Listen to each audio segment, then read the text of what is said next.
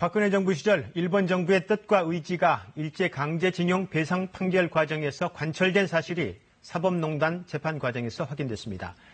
처음엔 일제강제징용 개인 청구권을 인정하는 분위기였다가 일본 정부의 요구로 부정적으로 바뀌었고 재판을 계속 지연시키는 쪽으로 계속 바뀐 겁니다. 일본 정부가 박근혜 정부에 어떤 요구를 했는지 증거가 법정에 제출됐습니다. 한우리 기자가 취재했습니다. 2012년 5월 강제징용 피해자들의 손해배상 청구를 인정한 대법 판결이 나오자 법무부와 외교부 의견이 갈립니다. 법무부는 개인 청구권이 살아있다는 입장. 취임 첫 해인 2013년 11월 초 보고를 받은 박근혜 당시 대통령은 강제징용 개인 배상 청구는 가능하지 않을까 생각된다며 일본과 문제를 풀어나가길 바란다고 지시합니다.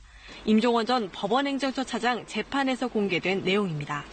그러나 외교부는 재판이 틀렸다는 입장. 2013년 11월 15일 주례 보고에서 박근혜 대통령을 설득합니다. 외교관 출신인 박준우 전 청와대 정무수석은 판결이 확정되면 큰 혼란이 올 것이라며 판결을 늦추도록 해야 한다고 보고합니다. 이 설명을 들은 박 대통령이 그게 낫겠네요라고 말했다는 게 박 전 수석의 법정 증언입니다. 며칠 사이 정부 입장이 180도 바뀐 겁니다. 그 배경엔 일본 정부의 도를 넘어선 요구가 있었다는 게 검찰의 판단입니다. 일본 외무성 인사가 외교부를 찾아 일본 기업 패소를 막으라면서 강제징용 재판에 한국 정부가 의견을 표명하라고까지 압박했다는 겁니다. 이 요구는 실제로 이뤄집니다. 외교부와 협의한 대법원은 2015년 1월 민사소송 규칙 개정까지 해 외교부가 재판부에 배상 반대 의견서를 낼 수 있도록 길을 엽니다.